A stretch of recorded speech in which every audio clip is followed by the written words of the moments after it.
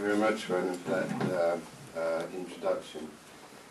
What I want to do is, in the next 30 minutes really, is step back a bit and go through where we've gone, the journey we've gone through in laparoscopic surgery over the last 10, 20 years, and to use that sort of as a platform to try and tell you about some of the developments that we're trying to take forwards in Leeds.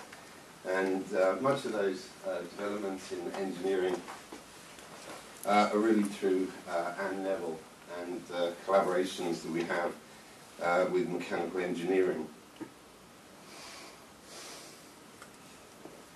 So if we start off and we look at how abdominal surgery has developed, this is a situation sort of pre-1990s really, when we use these large abdominal wounds to do all our operations. So you see our patient here with a large abdominal wound and the complications that sort of ensued from that really. So in this picture we have this patient with this large incisional hernia, which is a cause of great morbidity. And the recovery following these operations was slow, painful, long hospital stays, and also there were complications associated with these wounds, so terrible wound infections, and the cost of the reconstructive surgery to try and put these wounds right was considerable. So the next stage in the 1990s really was the evolution of laparoscopic surgery, and by that we have a laparoscopic light source coming through a port and various instruments through which we could manipulate and perform various procedures. But this really is still multi-port surgery, so to achieve anything meaningful you still needed 3, 4, 5 ports going into the abdomen. And there were the critics who said, well, if you add up these 3, 4, 5 ports, really you add them together and it comes, not that much less than making an incision in the first place. But the benefits were obvious really, and we saw that patients were getting better quicker, they were going home earlier, they were going back to their normal function, and so it spurred on the further development. And there's no doubt, if you have a situation where you can take the whole of someone's colon out through a small 5 centimetre incision, then that's got to be an advantage. So the mid-200s really, there's the drive to actually get access trauma down even further. And so we have the introduction of SILS, single incision surgery, various nomenclatures for a single site, less, whatever you call it, it's the same. So it's trying to do the whole operation through the one small 2 to 3 centimetre incision. But that brings with it difficulties of its own, because everything is now confined into this one small access port. And at the end of the day, the operation you do inside the abdomen hasn't changed. It's still the same laparoscopic operation inside. The trauma you do induce inside is exactly the same, and that still impacts on patient recovery. So I kind of like this picture here of these two surgeons doing their SILS operation. You can see them hunched up and all cuddled together and straining to see the cameras. They're clearly not having the easiest of times. So the next evolution, really around the same time, is, well, can we take it even further? Can we actually do scarless surgery? So can we use natural orifices? And by that we mean the mouth, the stomach, the rectum, the vagina and bladder. And can we introduce instruments to get access to the abdominal cavity through these techniques? And by using a combination of endoscopic techniques and laparoscopic techniques, can we actually advance things further and reduce the trauma that we inflict? So we've sort of come along this sort of pathway in a fairly short period of time here, really. This sort of represents 20 years of evolution from open surgery, laparoscopy, single site, maybe to notes. We hear some skepticism about notes from Goran in the previous talk, in that they've developed instruments for it, but they're not seeing the uptake clinically. So I think there's a question mark about whether this is actually going to be the direction we go, or whether we are actually branching off somewhere else. But the benefits have been obvious. So our patients have less pain, there's fewer wound-related complications, there's quicker recovery, and cosmesis is certainly better. So those are the patient benefits, but our healthcare providers actually like it now. They didn't initially. They saw it as a very expensive technology. Why should they bring this expensive technology through? But times have changed. We've proven that it can be cost-effective.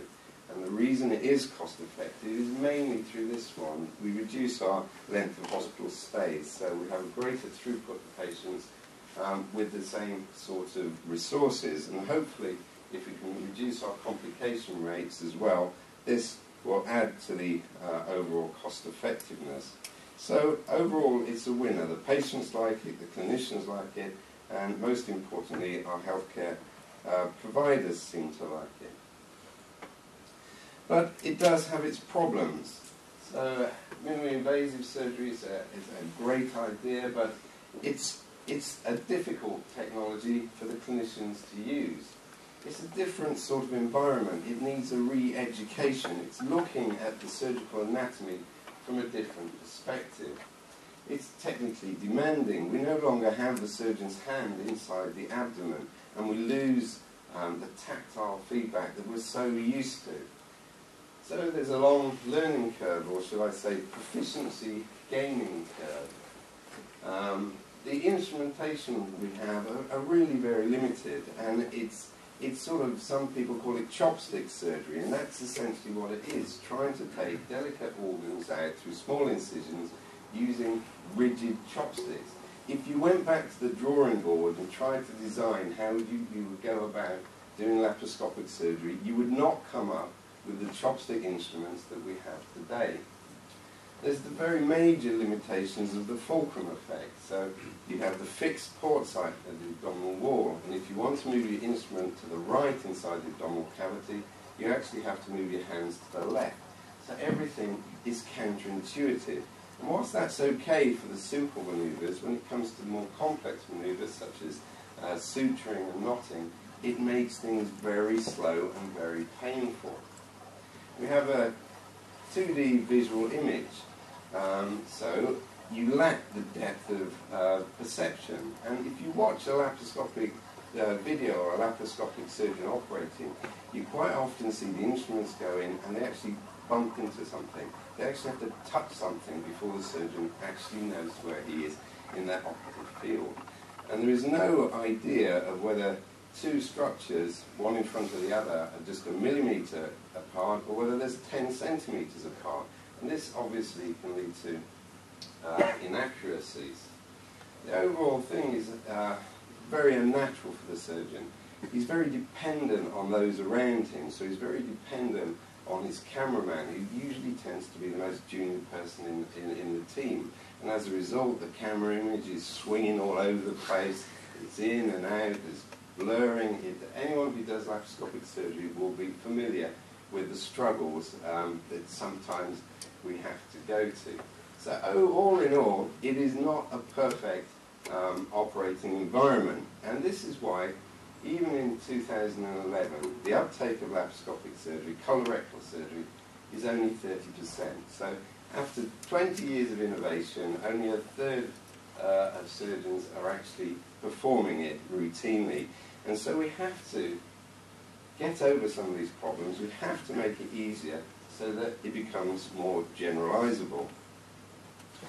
SILS also has its limitations.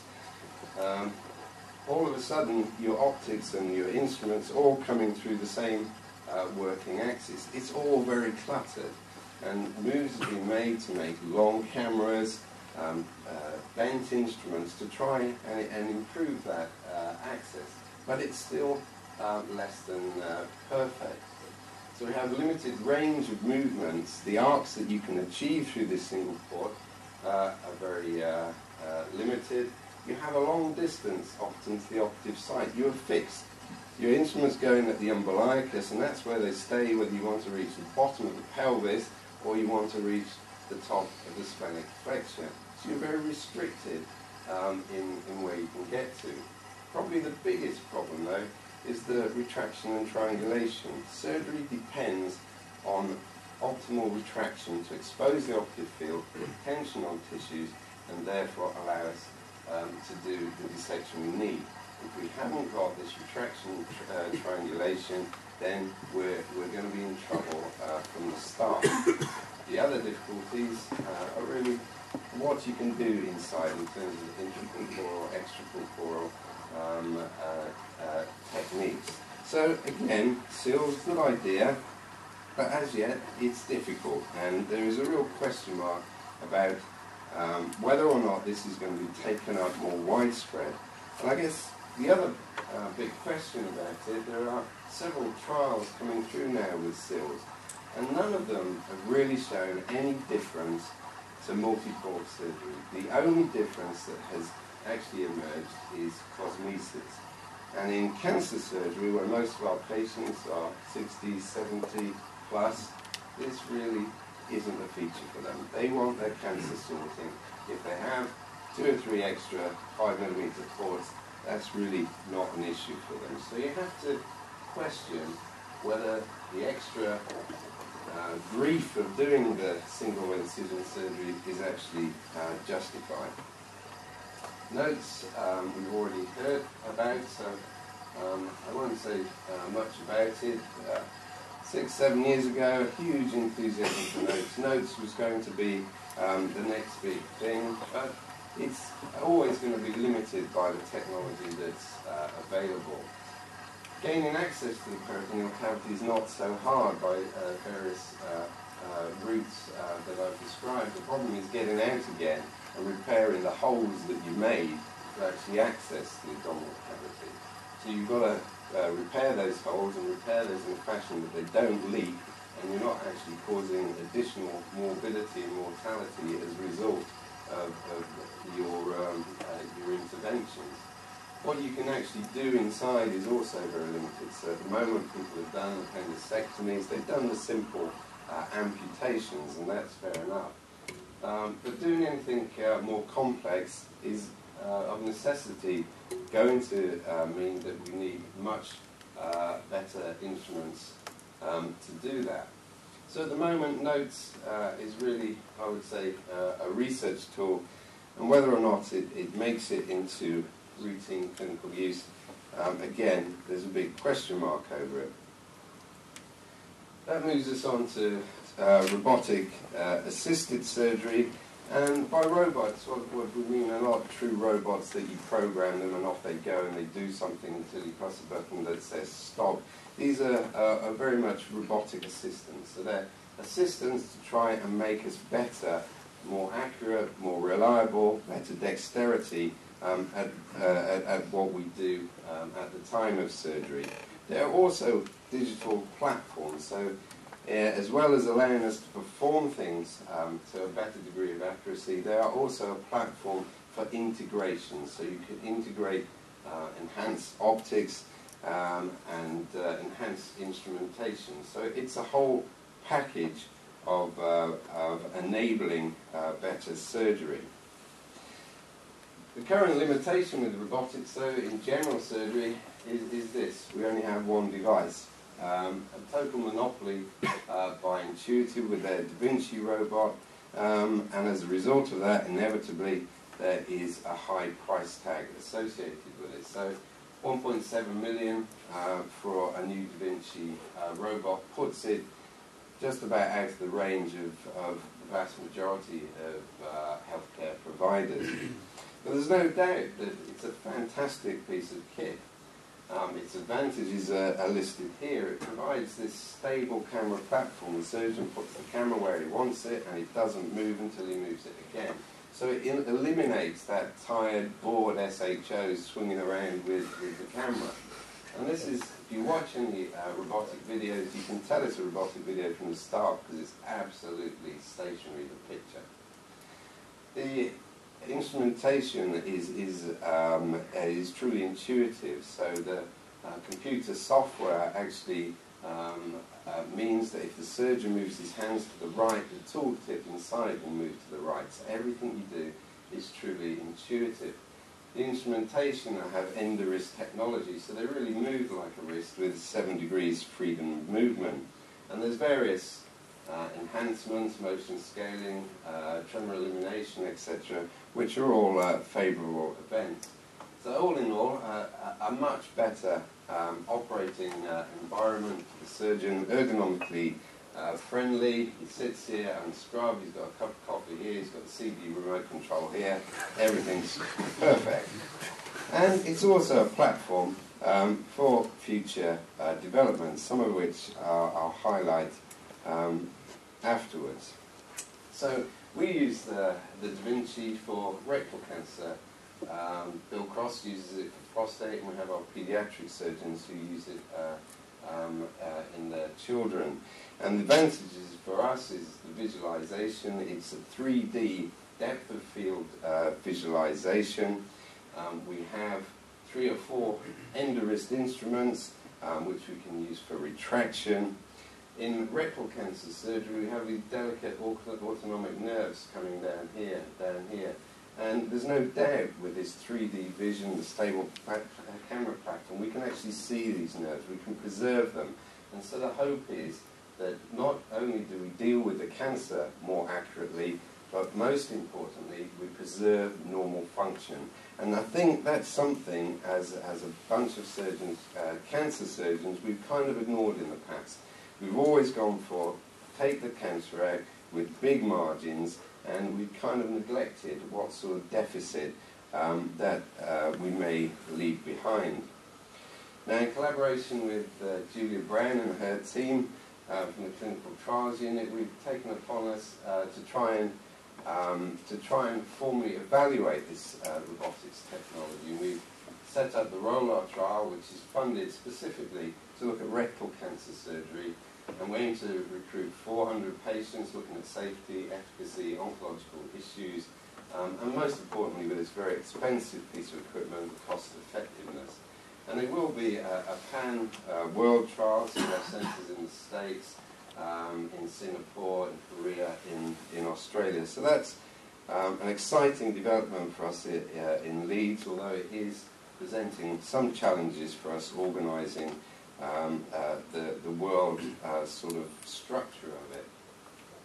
If we look at some of the future developments that Intuitive have, then there are plans for advanced instrumentation, so tissue spectroscopy on the end of their instruments to try and differentiate normal from abnormal, to characterize the tissues during the operation.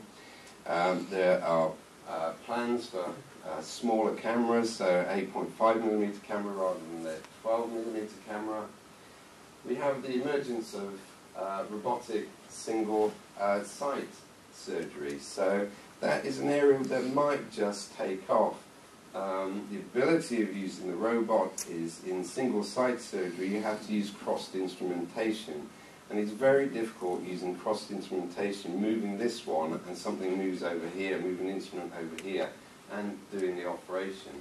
The advantage of the robot is you can just flip your hands, so you can make your right hand your left hand your right hand, and all of a sudden the instruments are again moving as they would do at a normal operation. So we have some papers beginning to come out on this. It's certainly feasible. The big question again though will be, does it translate into a clinically significant difference? And I think that that remains to be shown. Other things in the pipeline are these multifunctional instruments they have. So a single instrument channel, but combining a laparoscope and various manipulators. The other thing Intuitive are working on, and we've seen some of this today, some of the fluorescent imaging. So this is similar to what Ronan has told us. It works on the same indigo cyanin dye and near-infrared fluorescence. So you flip between the white light and the near infrared, and this time it's used for perfusion. This is lighting up the renal artery and renal vein, and you can see within this amorphous mass of fat, the potential advantage is to be able to see very discreetly the vessels and to dissect them out has got to be to the surgeon's advantage. But there is hope. Intuitive, they have got a monopoly, but there are other things coming through. How long they will take to actually get to market and to get into clinical practice remains to be seen. So this is the DLR system, manufactured in Germany, part of the German aerospace program. It consists of a series of separate robotics arms, and the advantage of this really is that these arms actually attach to the table, unlike the Intuitive, which is a whole cart that comes over.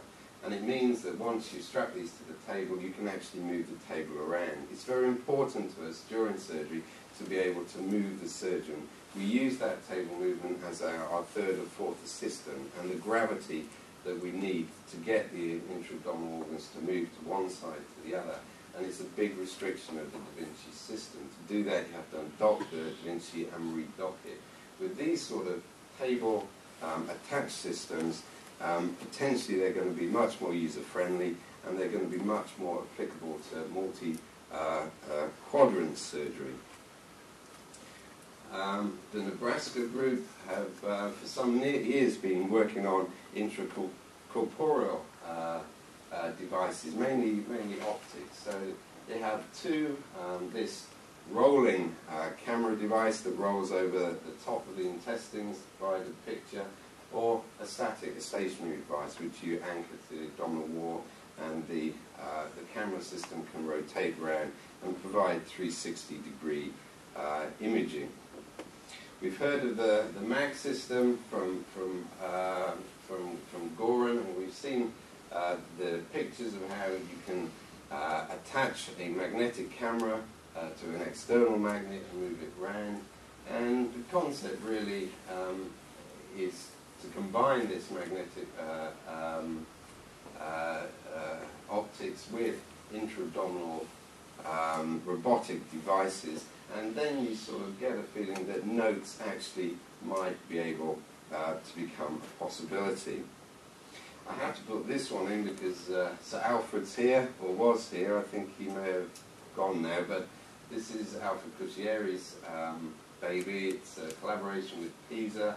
Again, it's looking at a system for intracorporeal robotic devices. So if I move on to what we're trying to achieve in Leeds, and I think this sort of sums up the concept. We want to get away from this big, bulky Da Vinci robot, and we want to take it to its nth extreme. And that nth extreme is a little intracorporeal device, or devices, that we can put into the abdominal cavity and provide intracorporeal robotics. Obviously, such a scheme has many engineering challenges, and so we picked off really one at a time to try and resolve and slowly piece it all together into this, into our intracorporeal device. And one of the most challenging is, if you're going to get a device into the abdominal cavity, how you actually get it to stick to the lining of the abdominal cavity, the peritoneum. Now, the peritoneum is a wet surface. It's deliberately designed to be non-stick. It secretes its own surfactant. So what we're trying to do is actually to produce something to overcome the natural characteristics of the peritoneum. And this would have the advantages of not having that external magnet that we would need to move our device around. So we see our abdominal cavity. The red is the lining of the peritoneum, this slippery surface. And one of the challenges really has been not just to get a device that will stick to the peritoneum, but something that can move around, and as it starts moving either side of the abdominal wall, to prevent it just slipping off. So, to try and address this problem, we turn to biomimetics and to the South African tree frog. And the reason that this little fella grips so well is because of its pads. So on each pad are these tiny little surfaces, and if we break them down, we see it's not that dissimilar to the concept of a car tyre. So the pads and the channels in between to allow the excess water to run off. And we've used this concept to fabricate a number of nanoscale surfaces to then take back to the laboratory to test and to see what forces that we can generate and whether we can generate the forces we require to actually put on a robot to provide it with the adhesive stability that it needs. So this is the prototype concept. Our little robotic device with 4 pads. These 4 pads will stick to the peritoneal surface. It's a little bit big at the moment, but that's fine. It can be shrunk down, and it will walk in this Cartesian manner. So one leg at a time, shuffling along through the across the peritoneum. So it has. Let's see if I can get this. So here's the 4 pads, and here's the first prototype walking in the lab. So walking in this Cartesian fashion. I'm told that the principal, the important feature of this is that these feet mustn't come directly off. If they come directly off, the whole thing falls off. So there has to be initial sideways movement to break the bonds between the feet and the surface, and then off it can move walking. So we've got to make it smaller, and we've got to speed it up. But as a start, I believe it's very exciting for us. Some of the other projects that we've been addressing, tissue damage in minimally invasive surgery, and it struck us when we were looking at minimally invasive surgery that instruments tend to be designed without respect for what they're really supposed to do. So a surgeon would go to a company like Ethicon and he would say, I want a grasper that is 3 centimetres long, it looks roughly like this, and it can hold that. And off they go, they'd make it, and then it would go back into clinical practice. And nobody had really done the science behind what actually happens between a device and a soft, elastic interface. So we thought it was about time we started trying to understand these interactions between devices and soft tissues. So we have a PhD student working on this. In fact, we have 2 working on various graspers, trying to assess how they interact with tissues, the damage they can do, and the damage at what forces, and how the tissue recovers or not from those forces. So it's been very much a laboratory-based investigation at the moment.